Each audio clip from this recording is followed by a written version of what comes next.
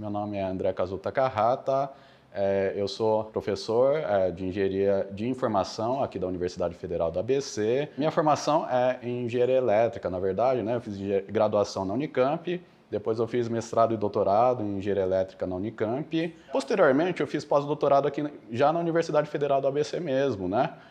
Em que eu vim trabalhar com interface cérebro-computador e tive meus primeiros contatos também com aprendizagem de máquina e inteligência artificial.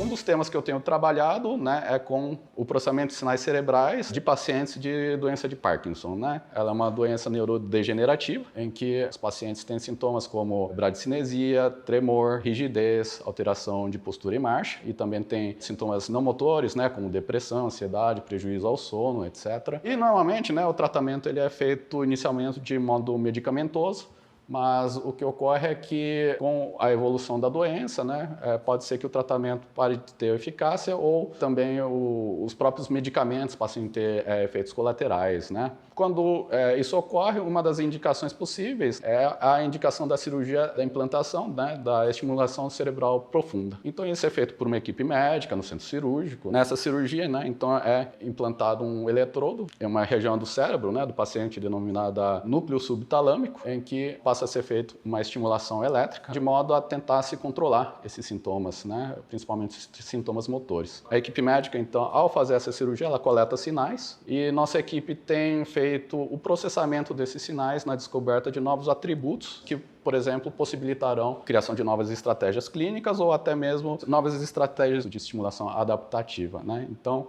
essa tem sido uma das linhas de pesquisas nossas. Uma segunda linha de pesquisa, né, que eu tenho trabalhado é em tomografia de impedância elétrica. Se busca, né, obter uma imagem do interior do corpo por meio do que a gente chama de impeditividade, que seria uma espécie de mapeamento de resistência elétrica dentro do nosso corpo. Por exemplo, se a gente pensar no pulmão, né, o pulmão ele tem ar, então ele conduz mal a eletricidade, e os outros órgãos, por exemplo, são banhados de sangue, né, o sangue ele conduz bem a eletricidade. Então, por meio desse contraste, a gente consegue ter uma imagem de dentro do corpo humano. Atualmente, a gente tem se dedicado à criação de imagens do cérebro. Tem sido um desafio grande, né, porque o cérebro é envolvido, por exemplo, pelo crânio, né, depois tem as meninges e depois tem a própria estrutura do cérebro, que é bastante complexa, né, e nós temos feito pesquisas, por exemplo, para tentar melhorar o diagnóstico de AVC. Por meio dessas imagens, né, a gente fazer um diagnóstico mais precoce, né? Por quê? Porque a tomografia que a gente tem atual, né, exige aparelhos grandes, né, que utilizam radiação, né,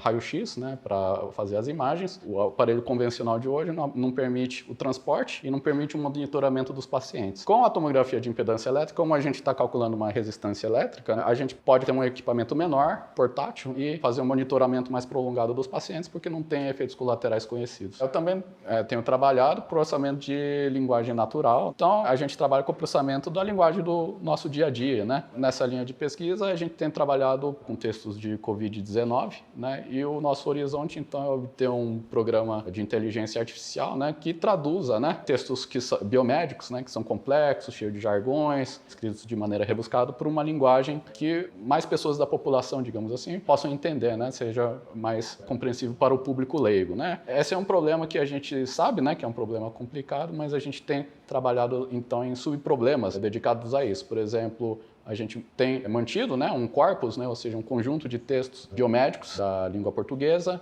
Nós temos também trabalhado com detecção de linguagem biomédica dentro desses textos, né, também fazendo outras pesquisas visando a longo prazo, né, chegar a esse tipo de solução. Também temos trabalhado com health bots, né, ou seja, robôs, né, para atendimento na área da saúde. Esses tipos de sistemas, eles produzem alertas, né? Então, por exemplo, se um paciente está sendo monitorado por pressão ou a glicose dele, né? Então, o que acontece? O sistema gera alertas e o sistema tem que ser capaz, né, por exemplo, de responder a esses alertas entrando em contato com os pacientes. Atualmente, né, esse tipo de demanda ele é muito oneroso para o serviço de saúde, né? Então, a gente vê a automação em língua portuguesa, né, desse tipo de sistema como sendo um fator importante, né, para a viabilização desse tipo de monitoramento mais próximo dos pacientes.